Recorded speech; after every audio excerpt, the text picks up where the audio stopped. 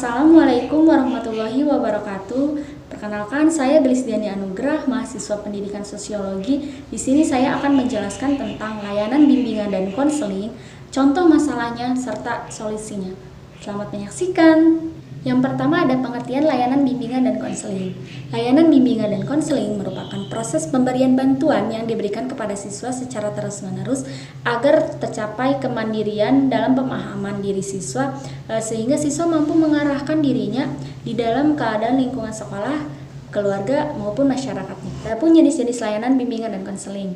Yang pertama ada layanan orientasi, yang kedua ada layanan informasi, yang ketiga ada layanan konten, yang keempat ada layanan penempatan dan penyaluran, yang kelima ada layanan konseling perseorangan, yang keenam ada layanan bimbingan kelompok, yang ketujuh ada layanan konseling kelompok, yang kedelapan ada layanan konsultasi, dan yang kesembilan ada layanan mediasi. Nah, yang pertama ada layanan orientasi. Layanan orientasi ini merupakan layanan yang memungkinkan peserta didik memahami lingkungan baru, terutama lingkungan sekolah dan objek-objek yang dipelajarinya. Yang kedua ada layanan informasi.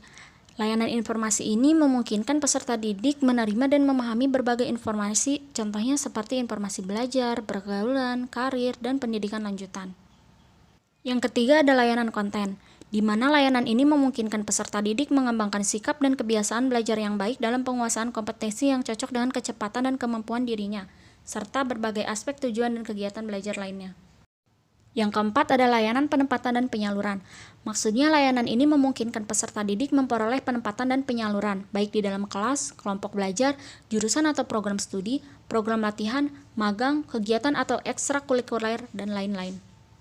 Yang kelima ada layanan konseling perseorangan. Layanan ini memungkinkan peserta didik mendapatkan layanan secara tatap muka langsung atau secara perseorangan untuk mengatasi permasalahan yang dihadapinya dan perkembangan dirinya. Yang keenam ada layanan bimbingan kelompok. Layanan ini memungkinkan sejumlah peserta didik secara bersama-sama melalui kelompok memperoleh bahan dan membahas topik tertentu untuk mencapai pemahaman dan pengembangan kemampuan sosial. Yang ketujuh ada layanan konseling kelompok, di mana layanan ini memungkinkan peserta didik memperoleh kesempatan untuk pembahasan dan mengatasi permasalahan pribadi melalui kelompok. Selanjutnya yang kedelapan yaitu konsultasi. Konsultasi merupakan layanan yang membantu peserta didik dan pihak lain dalam memperoleh wawasan, pemahaman, dan cara-cara yang perlu dilaksanakan dalam menangani kondisi atau masalah peserta didik.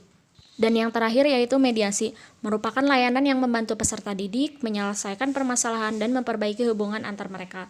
Selanjutnya ada contoh masalah yang sering terjadi dalam layanan bimbingan dan konseling, yaitu terdapat guru BK yang belum mampu memaksimalkan profesionalitasnya sebagai konselor di sekolah.